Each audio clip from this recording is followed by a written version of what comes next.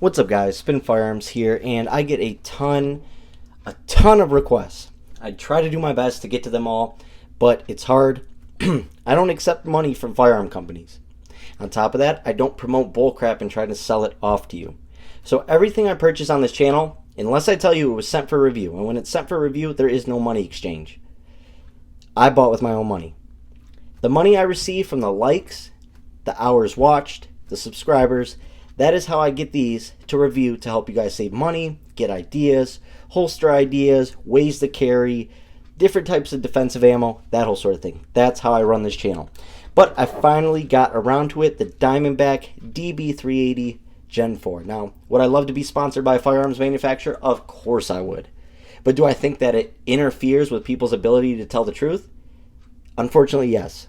Unfortunately, a lot of people think money is the end result in life, when in all reality, it's your family, it's your wife, it's your kids, it's your mom, it's your dad. That's it. You know, they say at a certain point in life, when you start making a certain amount of money, you cannot be happier from getting an increased income.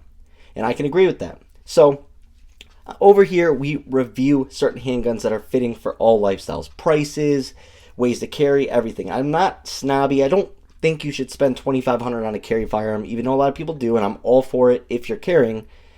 I also get into budget options over here as well as pocket carry. But anyways, the Diamondback DB380 Gen 4. What is it? It is a pocket pistol. Over here is the DB9 Gen 4. DB380 Gen 4, DB9 Gen 4. I'm going to get them mixed up. It's going to happen.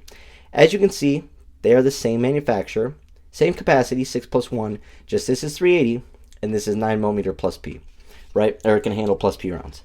Let's do a size comparison to start off, right? And I just want to say that Diamondback makes amazing rifles, for one. But two, on top of that, their Gen 4 pocket pistols have been reliable. Gens 1 through 3 were pretty shaky. But the Gen 4 is the only thing I've seen so far are the sights coming loose on some of them. Nothing a little Loctite can't fix. Nothing a little, time putting on new sights can't fix. It is what it is. And they take Glock sights. So every sight picture you could ever want in your life is made for this firearm. But anyways, that's overall width. Look at the difference. Look at barrel to barrel. Look at the width. This obviously a little bit thinner, obviously shorter, has a shorter barrel. Look at that. Now let's do upright. 6+1 of both. 380 on the right, 9mm on the left. Both take lock sights, as you can see. Both have a very decent sight picture. You don't get that on pocket pistols, except for the LCP Max. Like the LCP and the Spectrum and the Bodyguard, all their sights are attached to the slide. These are Glock sights, so you can change them out to anything in the world. Now, overall sideways footprint, the DB380 is smaller in every single dimension, making it just a little bit easier, a little bit more comfortable, and a little bit easier to fit in more pairs of shorts, if that makes sense to you guys, right? Anyways, these firearms are safety checked and cleared, and now we're about to get into the good part, guys. Let's go ahead. DB9 Gen 4, obviously a 9mm. Rated for plus P. I really like the stainless, but it did show some of its, machining a little more on the stainless, right? The machining isn't the best, but I haven't had a single issue. We are way over 1,000 rounds. We had that 1,000 round review up on the channel. Not a single issue, not a single malfunction, not a single hiccup. It is a great shooting handgun. Now, I like the width here and how wide it is here. It's literally the best feeling pocket pistol in your hand. And the DB380 is right behind that. Diamondback just makes it perfect. Like stuff like the P365, which are not pocket pistols, but stuff like that are too small for my hands. These are the perfect combination of width this way with width this way. Now, they're not super ergonomic or feel great, but they're better than any other pocket pistol, right? Trigger is the same on basically both of them. It's a metal trigger. Very defined wall. I mean, very defined. Crisp, clean, and short, right? DB380 has a little bit short of a trigger, but it's very defined, clean, a little bit of over travel, but not terrible. Reset, very short. I mean, these are the perfect pocket pistol. You have a heavy enough trigger to where you can pocket carry it and feel fine. It's a nice metal trigger, but that trigger's a beast. I mean, you can really shoot this trigger well. And if you want to see me shooting this thing, the video's up on my channel. I shoot it really well. Within 50 feet, you will be fine with these handguns. They can be carried as a backup, just a pocket pistol, whatever. Forward serrations, rear serrations. Talked about Glock pattern sights. All of them come with a stainless barrel, from my understanding. There are tons of different color combos: black, stainless, black and stainless. black in certain spots, stainless. I mean, there's everything. They have it all. Awesome texturing for a pocket pistol. Really like it. It's not too aggressive, but it locks down your hands really well.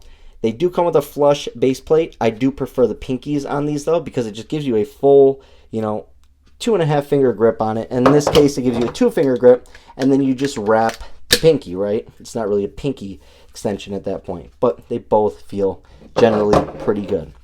The finishes aren't the greatest, but surprisingly, they're better than Taurus, and honestly, I might even want to say better than SIG. Now, that's pretty sad coming from a $240 handgun and a $230 handgun. These two right here are cheaper than one SIG P365, and this one has been more reliable than 2 of my SIG P365s. I'll wait. I'll wait for the comments. This $240 handgun has outperformed 2 of my SIG P365s. I'll wait.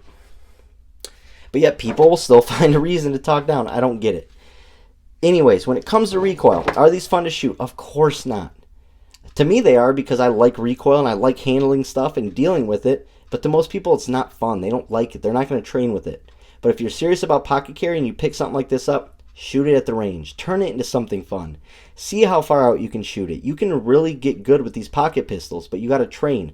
Most people shoot their Glock 19, their SIG P320, their biggest handguns at the range, but then carry something tiny. You gotta take your carry guns to the range every single time you go. You're only as good as your best shot, or your last shot. You're only as good as your last shot. That's what I've always been told. Anyways, as you can see, a noticeable difference in size, but it all depends what you want. Do you want that 9mm or that 380? This is so much more snappier than this. I mean, when I ran some Underwood Extreme Defender Plus P out of this, whew, that thing was snappy, but it was fun to shoot, and it's accurate. The trigger is good.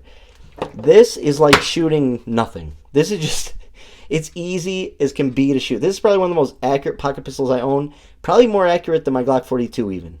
It's just on point. It's comfortable to shoot. It's smooth. I love it. And I wear size large gloves. I have shorter fingers, but fat fingers, and size large overall in every glove that I own.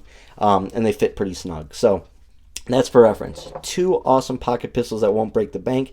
Like I said, the Gen 4s are the ones you want to go to. Do not get Gens 1 through 3. But the Gens 4, I've heard nothing but great things. On top of that, nothing but experienced great things.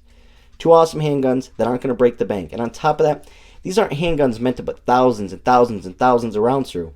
But I still like to put a couple thousand through them just to see how well they perform long term. Most people don't even get a couple thousand rounds through their main handgun in a lifetime, so I don't expect them putting it through these, but you should. If you get one of these and you carry it, do your due diligence and train with them. Trust me, the DB380 isn't that bad.